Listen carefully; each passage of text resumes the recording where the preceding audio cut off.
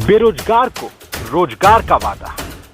सवाल है कितना मजबूत है इरादा। हर हाथ पे काम, हर जेब में दाम, लेकिन क्या युवाओं को मिला नाच गाने का इनाम? रोजगार से पहले बेरोजगार युवाओं के सामने बनाया भोकाल है। थोड़ा सब्र करो भैया, ये गाजीपुर के लाल है।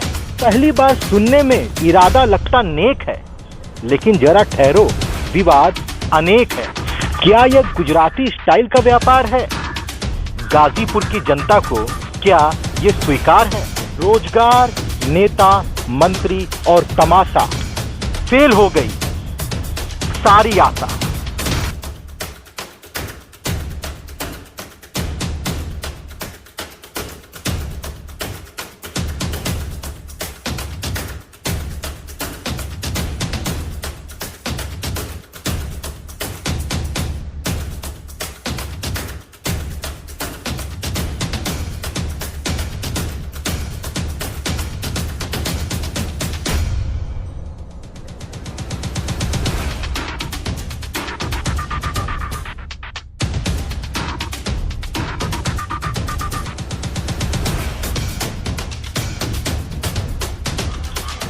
मंगलवार यानी बसंत पंचमी के दिन रोजगार की अलख जगाने का वादा किया गया, दावा किया गया, लेकिन वो दावे फेल हो गए। वो वादे धुंधले दिखाई देने लगे। कई सारे सवाल खड़े हो गए। पूरी खबर आपको दिखाएंगे, लेकिन उसको देखने से पहले यदि आपने हमारे चैनल को सब्सक्राइब नहीं किया है तो सब्सक्राइब कर लें। बगल में नोटिफिकेशन बेल आइकन है, उसे दबा दें ताकि आपको ताजा तरीन खबरें लगातार मिलती रहें। पूरी खबर ब्रेक के बाद। गाजीपुर में पहली बार गारंटी के साथ पुरानी गाड़ियां बेचें या खरीदें, Mahindra first choice city automobiles, RTO office के सामने, अतरौली, गाजीपुर। न्यायमूर्ति, कुलपति, IAS, PCS, ये तमाम ऐसे पद होते हैं जिनको पाने के लिए मेहनत करनी पड़ती है, और बिना मेहनत इस जीवन में कुछ भी हासिल नहीं होता। एक तरफ देश में केंद्र के नए कृषि कानून का विरोध हो रहा है, कॉन्ट्रैक्ट फार्मिंग का विरोध हो रहा है, वहीं उत्तर प्रदेश के गाजीपुर में कॉन्ट्रैक्ट फार्मिंग के जरिए युवाओं को रोजगार देने का दावा किया जा रहा है। गाजीपुर में कॉन्ट्रैक्ट फार्मिंग की नींव रखी गई।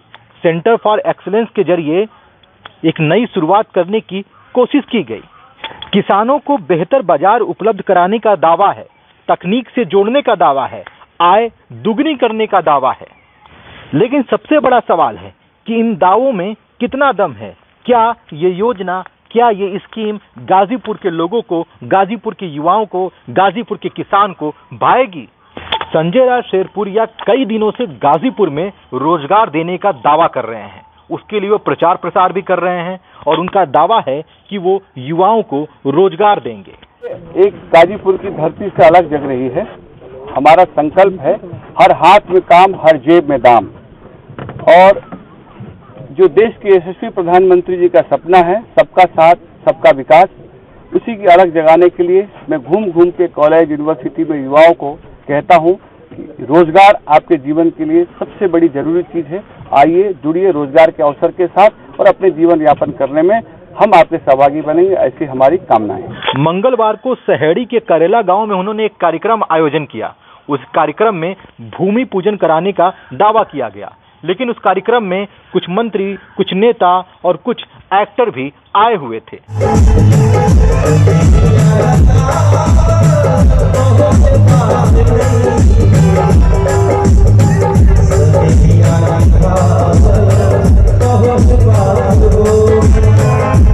हमारे संवाददाता ने बताया कि वहां लोगों में चर्चाएं थी कि ये कार्यक्रम रोजगार के लिए नहीं, सियासत चमकाने के लिए है। वहीं एक समाचार पत्र में भी इसका उल्लेख किया गया है और कहा गया है कि संजय राय शेरपुरिया द्वारा आयोजित किया गया यह कार्यक्रम पूरी तरीके से फ्लॉप हो गया।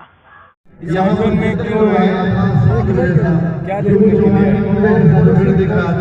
कुछ और भी आयोजन था, रहने वाले हैं, इस आयोजन क्यों आए हैं आयोजन के समय में बताएंगे। समाचार पत्र की माने तो संजय राय शेरपुरिया का नाम संजय राय है, जब उन्होंने गाजीपुर में रोजगार देने की ठानी तो उन्होंने एक संस्था बनाई, और संस्था बनाने के बाद जब वो गाजीपुर आए तो उन्होंने अपना नाम संजय राय शेरपुरिया कर लिया। मंगलवार को गाजीपुर में आयोजित हुए कार्यक्रम से पहले संजय राय गाजीपुर के कई शिक्षण संस्थान में गए थे। उन्होंने वहां भाषण दिया और युवाओं को लुभाया था।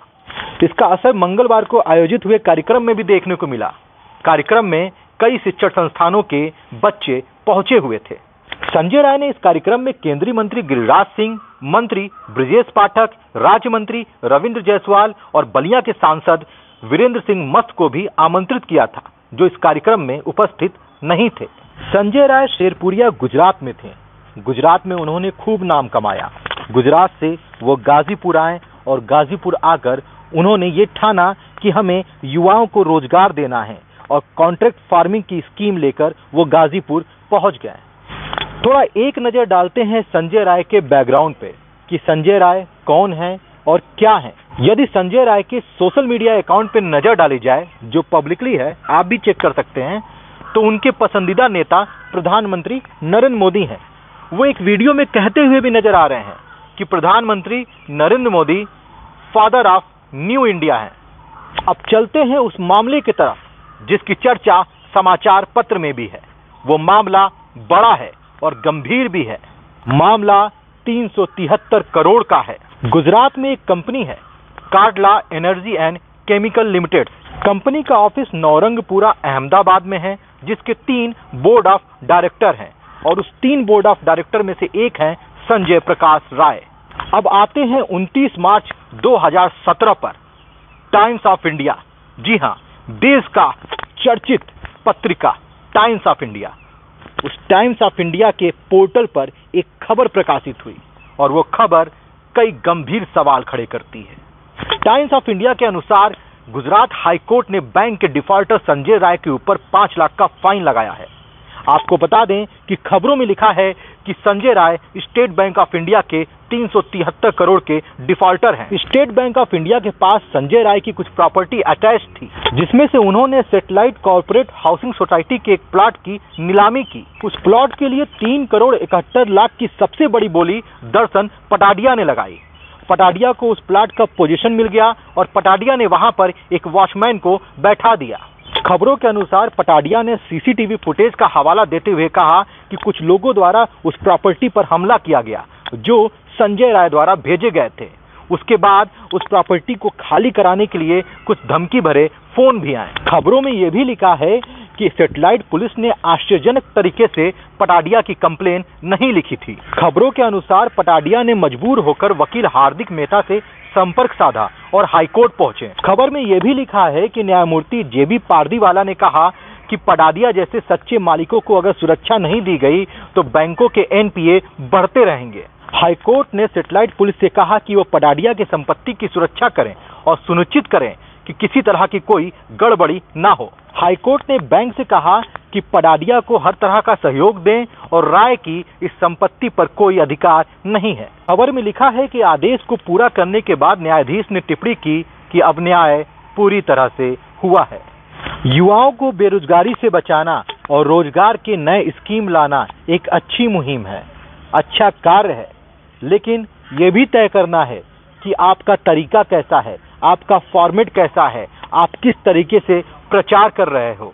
आप गांव-गांव जाइए, आप चट्टी चौराहों पे जाइए, युवाओं को जागरूक कीजिए और उन्हें रोजगार योग्य बनाइए, तब अच्छा होगा, ना कि कोई कार्यक्रम करवाकर उसमें गाना बजाना करवाइए। खैर, आप सतर्क रहें और जागरूक रहें। देखते रहें ABT news. Cameraman Saud Ansari के साथ मैं हूं अभिनेंद्र।